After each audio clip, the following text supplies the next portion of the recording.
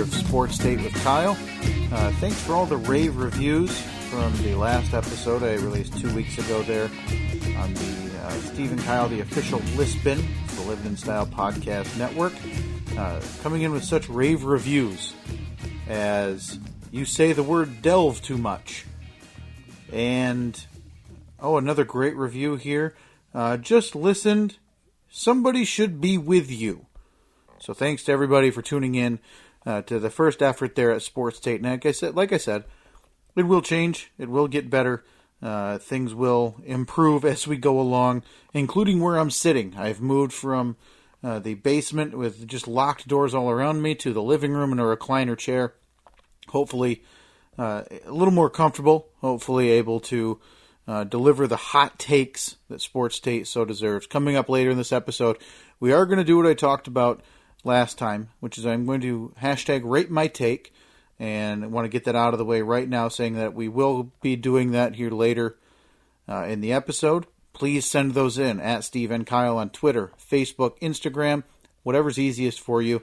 Hashtag rate my take with whatever take you may have. It doesn't have to be sports related. I know this is a sports themed podcast, but if you have a take on everyday life, like I've talked about, I had takes on Chex Mix, camping, eating outside, whatever your take is that you think might be controversial, send that along to us at Steve and Kyle, and I'll get to that, and I'll put it to the list for an upcoming episode here of Sports State.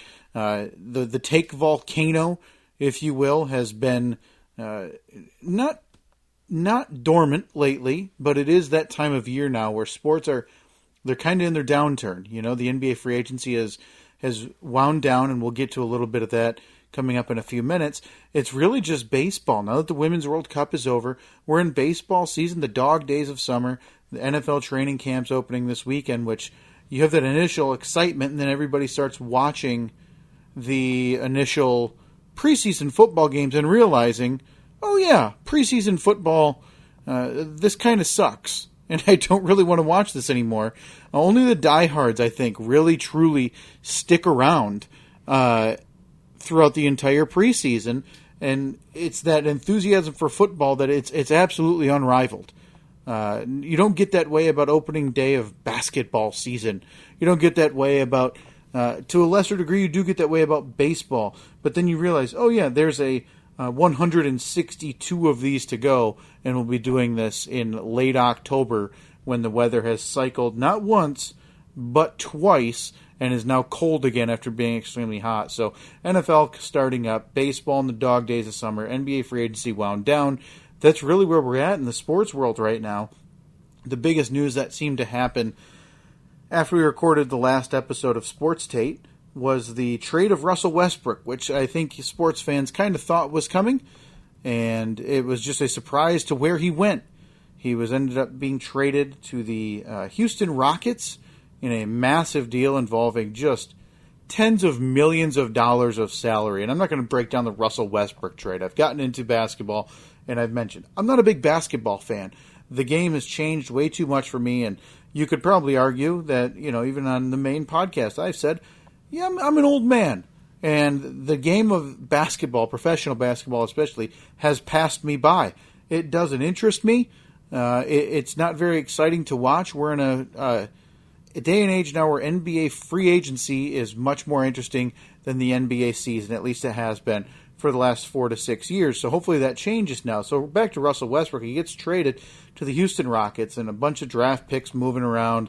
And again, tens of millions of dollars, and the overpaid contract of Chris Paul moving, and a lot of people argue the overpaid contract of Russell Westbrook moving as well. And that's what brings me to what I want to talk about. Something a little different, because teams pining for Russell Westbrook and teams pining for Chris Paul, a mid-30s point guard who appears to be difficult to work with. We now have reports that James Harden didn't like playing with him. We have reports, there was rumors of him going to Detroit, but that Blake Griffin didn't appreciate playing with him when he did years ago when they were in Los Angeles. So Chris Paul moves to the Oklahoma City Thunder, and inevitably going to be traded again for different pieces in order to dump that salary as Oklahoma City starts their full rebuild. But back to my initial point here, trying to figure out what exactly quantifies a superstar in the NBA. Because in an upcoming episode of Sports Data, what I want to do, and now I know, this is not exactly a tease that makes you want to tune in to anything. But I want to get into the way that free agency and salaries work in all of these major sports, because I have a big problem with all of them. There's no league that's remotely close to perfect. Honestly, the league that's closest to being fair to their players, surprisingly, is the NHL. And now the NBA is fair to their players, but we're in a day... if you can find anybody who can explain the NBA salary cap to me in less than 3 hours, I would call you a liar. It is the most complex system ever, based on max contracts, super max contracts, and all of that stuff. And we talked about a lot of that in the last episode of Sports Date, so I'm not going to rehash all of that. But Russell Westbrook, in the middle of a super max contract, he's tied for the second highest paid player in the NBA for the next 4 years. He's making $38.5 million this year, and he's signed through 2022. Now, a lot of people, the suitors for Russell Westbrook weren't very numerous. There weren't a dozen NBA teams looking for Russell Westbrook's services, and most importantly, Russell Westbrook's contracts. And I talked about the NBA changing, and I think that has a lot to do with this. So when I ask what qualifies a superstar in the NBA now, I wonder, does the high usage rate, a guy who needs the basketball all the time, in Russell Westbrook, a 30-year-old, on the downside of his career arguably, been in the league since 2008, played more than 800 basketball games, and he now can't hit a three-point shot, which is more important than it has ever been in the NBA. He's not a very good shooter, and he's not a very good free throw shooter. He hasn't shot higher than 80% from the free throw line since 2016. He's been on the downturn in terms of offensive efficiency. He has gone way down, so his numbers have ballooned. When he came into the league, he's been a scorer his whole career, but he doesn't do it very efficiently. So when you look at the new NBA, you need somebody who can take the ball on a few dribbles and score and shoot a three, who can at least threaten you with a three-pointer. Otherwise, you are just inefficient nowadays. And Russell Westbrook is the definition of this player, making almost $40 million. $40 million to not hit a three-point shot.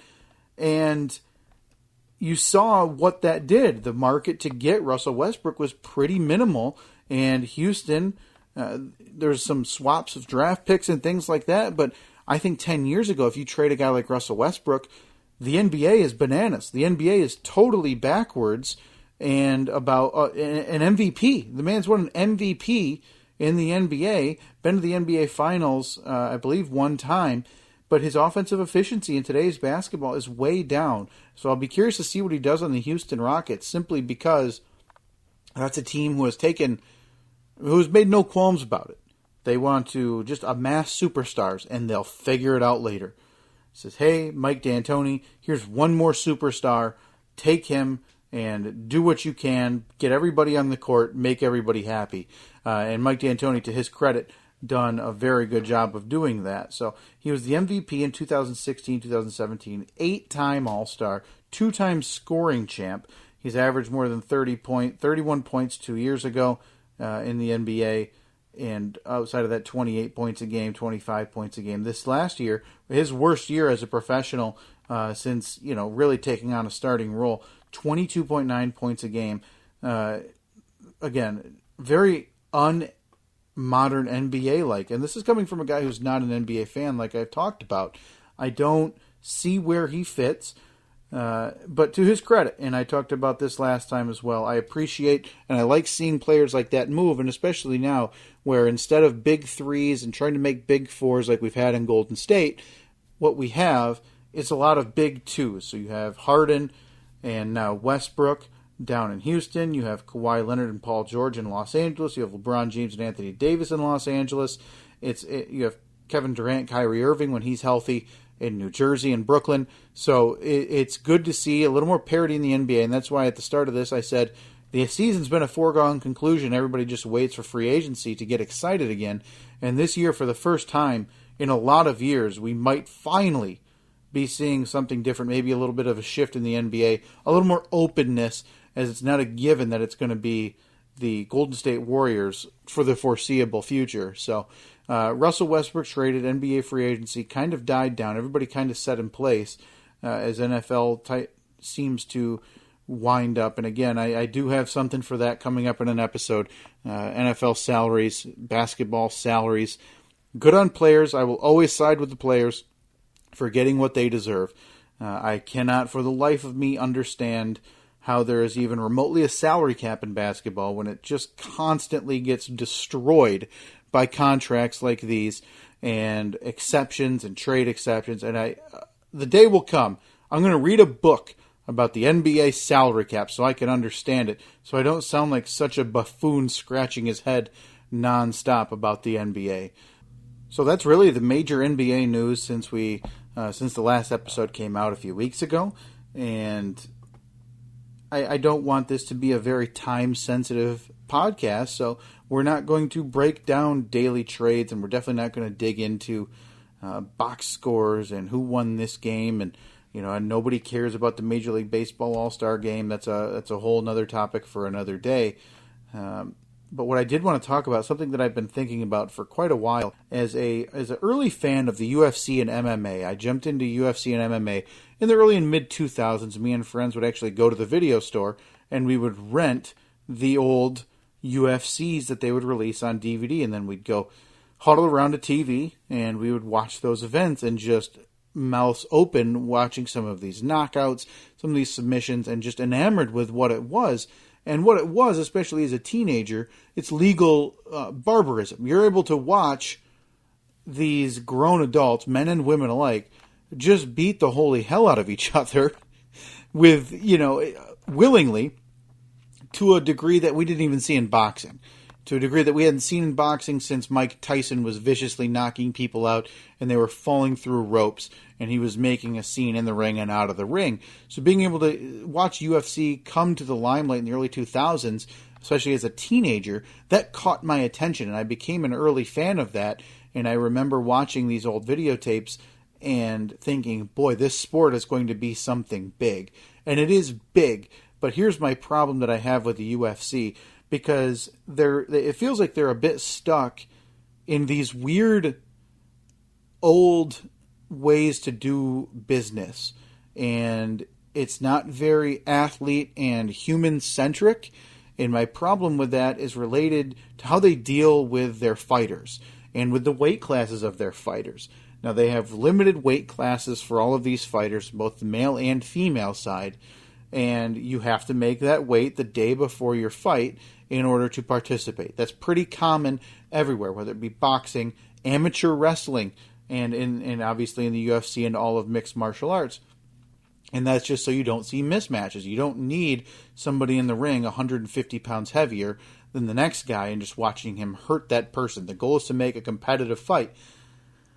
But the problem with that is, and parents see this, if you have kids in youth athletics and especially wrestling like I talked about, you see them in their sweatsuits with trash bags trying to lose those last few pounds because it gives you a competitive advantage if you can jump down one weight class, and then by the time the fight actually happens, you've drank enough water, you've eaten food, you're back up to your normal weight, you're functioning normally. There's an advantage in that. You're inherently bigger, which the idea would be if you're bigger, you're stronger. If you're stronger, you can beat this guy on the wrestling mat. And the same goes for UFC and boxing. But the way the UFC has done it is they have refused to adapt their weight classes. They have refused to add weight classes. They've refused to integrate catch weights more often in terms, being able to meet in the middle and not putting these fighters' health at risk. We've seen videos time and time again, and the reason I got fired up about this recently is fighter Aspen Ladd. She's a bantamweight female in the UFC. And again, if you're not a UFC fan, that name doesn't mean anything to you. And it doesn't have to for what I'm talking about here. Just know she's a bantamweight female in the UFC. And they do live weigh-ins for an audience wherever the fight is taking place or wherever the pay-per-view is taking place. And this video is disturbing. I will put it in the link here in the show description. If you want to watch it, just click on the show description and you can see what I'm talking about here. Is fighter Aspen Ladd, who on her way up, she was really, really on her way up the bantamweight rankings in the UFC, on her way to a championship fight, legitimately. And I don't know what she normally walks around as. Bantamweight fights at 135 pounds. So that's not a lot. When you're training and you're trying to put on muscle and you're trying to put on mass, if you're a normal person who walks around at 150 pounds, you're trying to lose weight while gain muscle, and it's a weird dynamic, and it's not good for your body. And the UFC has not done a good job of taking care of this. The UFC has essentially legalized cockfighting. We're throwing people in there who shouldn't be in there. Health-wise, they should not be approved to be in there. So Aspen Ladd shows up to her weigh-in a few weeks ago on a Friday, and she is visibly not well. She's shaking. She can barely move to the scale. Her arms are just, you can see that her whole body is shivering. Her face is contorted because she's in pain. She's in pain because she had to cut so much weight just to make the 135-pound weight limit 24 hours before this fight, to the point where even the person doing the weigh-in calls for a commissioner of the venue of where this is at and of mixed martial arts to come check on her, which is just astonishing. It's astonishing that she would be allowed to get that far in the process. There's normally health checkups if you have to cut a lot of weight. There's health checkups. There's times where commissioners and where doctors need to look at you to make sure you're not hurting yourself. And somehow this slips through the cracks in the UFC in the name of, well, we need to sell tickets. And, hey, we need to sell pay-per-views. So Aspen Ladd, who, again, very much on the upshot of her career. She is not an aging fighter. She is, by all intents and purposes, going to be in the UFC discussion for quite some time. She's only 24. She's a 24-year-old woman fighting in the bantamweight division, and they call this commissioner over, and within minutes, she's approved to fight. She's approved to fight, and that drives me absolutely nuts because there's no way she was given a proper medical check in that short of time to say that she's okay. A bottle of water doesn't make that okay. When a human being can't walk, can't hold themselves up on a scale because they're so physically diminished, that shouldn't be allowed, not in just MMA, that shouldn't be allowed in any sport. And it isn't. MMA is in its infancy. If you look at it, even the NFL and professional football has been around, for all of its faults, has been around for much, much longer. The NBA been around much, much longer. These things where athletes try to get themselves in shape and they have to be physically and mentally well, they've been around much, much longer than the UFC. In its infancy, it has refused to adapt to this, and it continues to put its fighters at risk. And for me, as somebody who was tuning in as a teenager, it's shocking. It's shocking because it's been 15 to 20 years since I started watching this, and it hasn't gotten any better. Rules might have changed. Rules might have been added. Certain moves and fighting tactics may have been banned from the octagon. But to see this as a 32-year-old man is disgusting. As a teenager, I probably don't care. But I see this video, and I wonder, how could I watch this? That goes for even watching football. It's hard to be a fan of this knowing there's people putting their bodies on the line and there's nobody there to protect them. In this case, the UFC needed to be there to protect Aspen Ladd from herself and from her camp, who said this is what you need to do to make weight. And they didn't, and they let her down. They let their fighter down, a 24-year-old woman. They let her down with a lot of career in front of her. She goes out there at the UFC event that they had, the fight night, UFC Fight Night in California, and she gets knocked out in 16 seconds. Now, again, those things happen. Fights happen. Knockouts happen. Who knows if the massive weight cut has anything to do with it? But it's safe to say that if her weight cut goes as smoothly as she wanted, if her weight cut doesn't have her grimacing in pain 36 hours before she's going to fist fight and combat another person in a cage, it's safe to say Aspen Ladd has a better shot at protecting herself the following night than she did. So now a 24-year-old woman is knocked out cold via punches after, again, and I really do think this, after she's put out there after this physically absolutely draining event of just trying to make weight for this fight. And again, she's hurt. These type of knockouts, when you get knocked out like that, those shorten your career. You can see boxers When you get physically knocked out, that shortens your career. It changes your mindset. And in this case, the UFC let Aspen Ladd down. Her own team let Aspen Ladd down. The UFC, it needs some type of oversight. It's legalized. It's more legalized cockfighting than it should be. And as it grows in popularity and is more prevalent in different states and everywhere, it needs oversight. It needs proper medical attention. So these things don't have to happen anymore. Absolutely disgusting there, what happened a few weeks ago to Aspen Ladd. One of the last things I want to get to today, I talked about at the start of the episode, I did want to do hashtag Rate My Take. Again, send those in at Steve and Kyle, Facebook, Twitter, Instagram, whatever's easiest for you.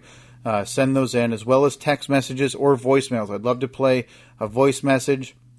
If you have a take, 424-30-SK-POD. You can drop those in there. That's the voice number. Don't worry about anybody answering, anything like that. It'll go right to voicemail. You just leave whatever your take is on life. That's 424-30-75763. And you can leave your note there about what your take is. Any avenue of those works. A few that I wanted to rate today come from friend of the podcast and friend of now Sports Tate, Eli Forbush. He wrote in on Twitter, rate my take, neither the NCAA nor the NFL deserve our attention or deserve our support or attention, though most of us will watch our favorite teams anyway. So Eli taking a stance there against the NCAA and the NFL. And like I mentioned, in coming episodes, especially during this downtime, I do have something for both of those in terms of the NCAA and the NFL. Have a lot of issues with the way a lot of their athletes are treated, a lot of the way the pay structure is laid out for athletes and people putting their bodies on the line. So we'll get to that in a coming episode. But in terms of a take, now when I'm thinking of rate my take, boy, you've got to give me some fire. And what I don't have with we shouldn't support the NFL is a lot of fire, Eli. So I'm going to need a follow-up from you, because if I were to rate your take, hashtag rate my take, boy, 2 fire emojis out of 10 there. You're not breaking any new ground, Eli, with the NCAA or the NFL deserve our support or attention.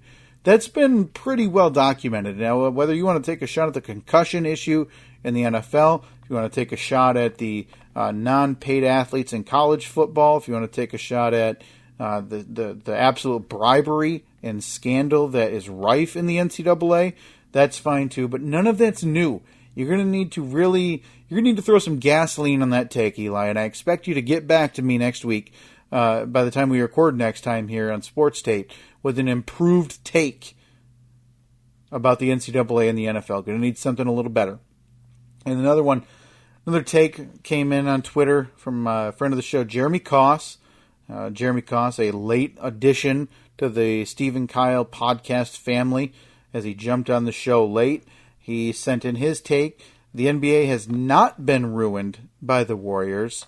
He says that this is just the status quo. It has always been a league of one versus all. And he lists. Now, if you look at these, and he's a little bit, he's correct to a degree. So I'll go over his decades. In the 60s, he talks about the Boston Celtics. In the 70s, he said that was the exception. The 70s and the NBA were the exception to the rule in terms of, the best team and then everybody kind of chasing. The 80s, you had the Lakers. That's very true. The 90s, obviously pretty dominated by the Bulls. And in the 2000s, the Lakers again, although I would disagree to an extent, the Lakers in the 2000s, once they were dethroned by the go-to-work Pistons in the early 2000s, they fell apart and they weren't overly relevant in the mid to late 2000s. I would caution the mid to late 2000s were kind of a free-for-all in terms of the NBA and who was winning and who was chasing who. You had an NBA championship from the Dallas Mavericks, a couple from the San Antonio Spurs. Hell, even the San Antonio Spurs are probably a better choice than the Lakers. So we'll include that on rating Jeremy's take here. And then in the 2010s, he mentions Golden State / LeBron. And that is true. The NBA has changed so drastically in the last 8 to 10 years. We are in an era where we are chasing not just a team in Golden State, but a player in LeBron. The early 2010s, LeBron obviously kind of running the league down in Miami after he left Cleveland, and then Golden State took over once they really established who they are and changed the way the basketball is played. So in terms, that's an interesting take, because I think there are more exceptions to the rule than Jeremy's giving credit for. We talked about, and even these one versus all decades, like he talks about Boston and the Lakers and the Bulls, they all have those one or two offs where they get dethroned. You have the Pistons in the 90s. You have the Mavericks in the 2000s. You have these in every decade, but it is still a chase. So Jeremy is correct in that. In terms of his take of the NBA not being ruined by the Warriors, I'm going to give it a 7 out of 10, just based on that. It is a very good point. We are always looking for, and the Warriors, I don't know if you could classify them as the big bad, but you always want that one big evil that you're chasing. It always has to be someone on the mountaintop that you're looking to dethrone. I don't think anybody thought it would be the Dallas Mavericks. I don't think anybody thought it would be, the Boston Celtics or any of those teams who were kind of one-offs winning here and there. We didn't really have that until the Golden State Warriors. It had been a while, like, Jeremy mentions there, since the Showtime Lakers in the early 2000s, where he thought they would steamroll the NBA for a long, long time. That's a 7 out of 10, Jeremy. I appreciate it, but I don't think you gave enough credit to the exceptions to the rule there. So I'd ask you to revisit your own take if you would like to. You don't have to throw a can of gasoline on that one, like Eli has to throw a can of gas on his, but I would appreciate it if maybe you took a match and some newspaper and maybe just try to stoke that fire, that take just a little bit more next time you want to submit one of those. So those are the two we'll go over this week. Again, keep those coming in, 424-30-SK-POD. You can text in there anytime. Take related, at Steve and Kyle on Twitter, at Steve and Kyle on Facebook, and Instagram as well. Be sure to utilize those. The last thing I want to get to, non-sports related, but something I like to do. I don't really have an avenue to just kind of talk about what I'm watching and what I'm enjoying recently in pop culture and media. So it's time for what I am obsessing over right now, or what I'm obsessed with. And this past week, boy, I've been trying to get as many people on the bandwagon as I possibly could. Big Little Lies wraps up its second season. That wouldn't seem like a show that would have the type of appeal that it really does if you're not watching it. Absolutely dynamic characters. They had the season 1 based on the book, Big Little Lies, a massive success. Won a bunch of Emmy awards for a lot of the cast members and the director, Jean-Marc Vallée. And they decided, after a little hiatus, to tackle a season 2 and kind of get away from the book and its source material to what I think is absolutely stunning. Multiple times a week, I'm gasping out loud because of a revelation, something that happened. A show that, again, you wouldn't assume would have a broad appeal, but if you stick with it and actually give Big Little Lies on HBO an effort and listen and follow along with it, it is truly incredible television to be able to watch, all the way from Reese Witherspoon and Nicole Kidman down to a resurgent Shailene Woodley, who hasn't been seen in a lot of big films in a couple of years. Zoe Kravitz is really good. Adam Scott is an absolute scene stealer whenever he's in there. Just really, really an impressive cast, probably the most impressive television cast, top to bottom, ever put together. And of course, HBO gets it, and HBO does it the right way. Like I talk about Reese Witherspoon, Nicole Kidman winning a bunch of Emmy Awards and other acting awards last year for her performance as the wife, the battered wife in an abusive relationship with a couple of children, and obviously culminating in a season 1 finale where a big lie is revealed. Absolutely incredible writing, direction. It's beautifully shot in California, and if you're looking for something a little different, essentially the all-female cast of Big Little Lies should be on your watch list on HBO. Find a way to watch this thing. It's surreal television. So they take season 1, they go move away from the source material of the book, like we talked about, and they add Meryl Streep. So they take what I just called the greatest television cast in television history, and they add the most awarded actress in our lifetime in Meryl Streep, and who is, oh my gosh, absolute skin-crawlingly perfect in her role in season 2. And I'm not going to give a lot of spoilers, even though it is a few years old, but playing one of the character's mothers, and it makes your cheeks burn. It gives you the back of your neck a tingle during some of these scenes, because it's what you absolutely hate to see. It's the perfect representation of passive aggressive and this aloofness, or a woman knowing what she's doing being played off as just generally aloof. And it is a stunning feat to watch, especially her scenes with Nicole Kidman that are absolutely biting in its dialogue. It's a treat to be able to watch. Season 2 just wrapped up. Very, very likely to not get a season 3, simply because it's impossible to get all of these insane award-winning actresses and very expensive actresses together for an extended time. Again, I mentioned Shailene Woodley and Reese Witherspoon, Meryl Streep now, Nicole Kidman, Zoe Kravitz, and I can't believe I've been remiss to mention Laura Dern, who is not comedic relief, but my gosh, is a person that you would never associate with, but will give you a laugh out loud moment. Typically every week. Her character work absolutely dynamic there in Big Little Lies. Season 2 just wrapped up, and if you haven't watched it on HBO, be sure you are, and be sure to binge that as quickly as possible, because it is well worth every hour you spend on that 2-season adventure. That's all we have for this week. I appreciate everybody tuning in. This one is a little more sports-centric, sports-centric, if you will. So I appreciate everybody giving it a chance. Again, send in your takes. Hashtag RateMyTake. Twitter, Instagram, Facebook, Steve and Kyle. 424-30-SK-POD. We will be back in a couple of weeks with another episode. Again, thanks for tuning in.